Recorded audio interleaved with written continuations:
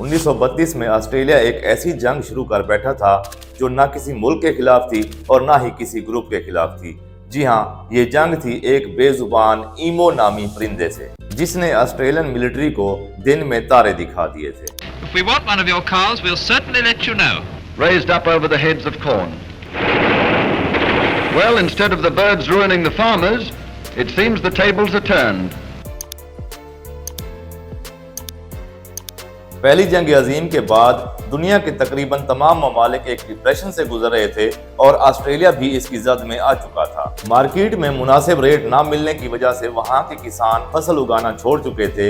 इस बात को देखते हुए ऑस्ट्रेलियन हुकूमत ने किसानों को इस बात पर कायल किया कि आप फसल उगाएं, हुकूमत आपसे मुनासिब रेट में मुनासिब दामों में आपकी फसल खरीद लेगी। किसानों ने हुकूमत की तमाम शराइत मान ली और गंदम की फसल उगाना शुरू की। लेकिन क्या हुआ, जब गंदम की फसल पक कर तैयार हुई तो हुकूमत ने एक बार फिर गंदम की फसल लेने से इनकार कर दिया और कम रेट पर किसान भी फसल देने को तैयार ना हुए। किसानों ने एहतजाज शुरू कर दिया और एहतजाज के तौर पर उन्होंने पकी हुई फसल को काटने से इनकार कर दिया। असल में ऑस्ट्रेलियाई हुकूमत किसानों को ब्लैकमेल कर रही थी। उनको पता था कि किसान पकी हुई फसल को ज़ाय नहीं करेंगे और आखिरकार कम रेटों पे हुकूमत को देने पर तैयार हो जाएंगे। लेकिन हुकूमत को इस बात का पता नहीं था कि एक ऐसी आफत तैयार खड़ी है जो पकी पकाई फसलों को तबाह और बर्बाद कर देगी। ईम्यूज जो कि सिर्फ ऑस्ट्रेलिया में पाई जाती है और ब्रीडिंग सीजन के बाद वो हमेशा हिजरत करती हैं। उस वक्त भी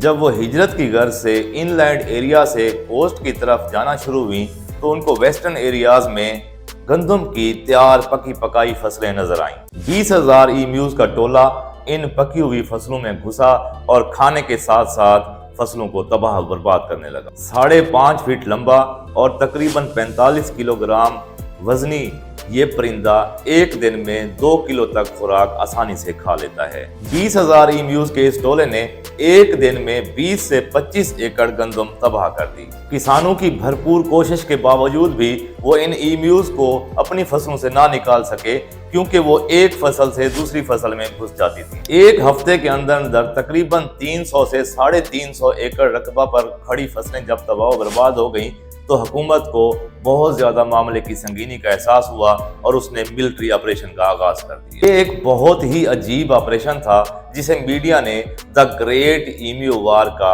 नाम दिया। ऑस्ट्रेलियन मिलिट्री ने ऑपरेशन का आगाज कर दिया और एक फौजी दस्ते को मशीन गनों के साथ तकरीबन हजारों की तादाद में राउंड देकर उनको भेजा कि वो ईम्यूज को खत्म करने की कोशिश करें। 70 किलोमीटर फी घंटा की रफ्तार से दौड़ने वाला ये परिंदा कुछ ही दिनों में ऑस्ट्रेलियन मिलिट्री के ऐसे 3 हमले नाकाम कर चुका। अलग अलग ग्रुपों में मौजूद ईम्यूज के इन टोलों के खिलाफ ऑस्ट्रेलियाई फौज को ये जंग काफी भारी पड़ रही थी। सिर्फ चंद 100 ईम्यूज को ही मार सकी थी ऑस्ट्रेलियाई फौज और इस पूरे ऑपरेशन में तकरीबन 10,000 फायर करने के बाद 1,000 ईम्यूज को मारने में कामयाब हुई। ऑस्ट्रेलियन पार्लियामेंट में यह मसला उठाया गया तो ऑस्ट्रेलियाई फौज पर काफी तनकीद हुई। आखिरकार ऑस्ट्रेलियन गवर्नमेंट ने थक हार कर ये जंग बंद कर दी, ये ऑपरेशन बंद कर दिया, यानी ईम्यूज ये जंग जीत चुकी थी। उस दौर में इस जंग पर तकरीबन $10,000 के करीब खर्चा हुआ, यानी आज के दौर के हिसाब से अगर हम अंदाजा लगाएं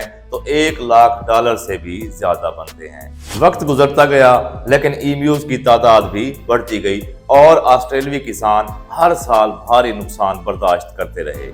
कुछ सालों बाद ऑस्ट्रेलियाई हुकूमत एक नई हिकमत अमली के साथ मैदान में आई और उन्होंने तमाम किसानों में हथियार बांट दिए और ये ऐलान करा दिया कि जो किसान जितनी ज्यादा ईम्यूज को मारेगा उसको उस हिसाब से रकम मिलेगी। ये तरीका अलबत्ता कुछ काम कर गया, क्योंकि तकरीबन 6 माह के अंदर 57,000 ईम्यूज को मार दिया गया। इस कामयाबी की खबर जब इंटरनेशनल मीडिया पर चली तो एनिमल राइट्स ऑर्गेनाइजेशन ने काफी शोर शराबा किया और ऑस्ट्रेलियन गवर्नमेंट को काफी बुरा भला कहा और ऑस्ट्रेलियाई हुकूमत को ये पॉलिसी भी खत्म करना पड़ी।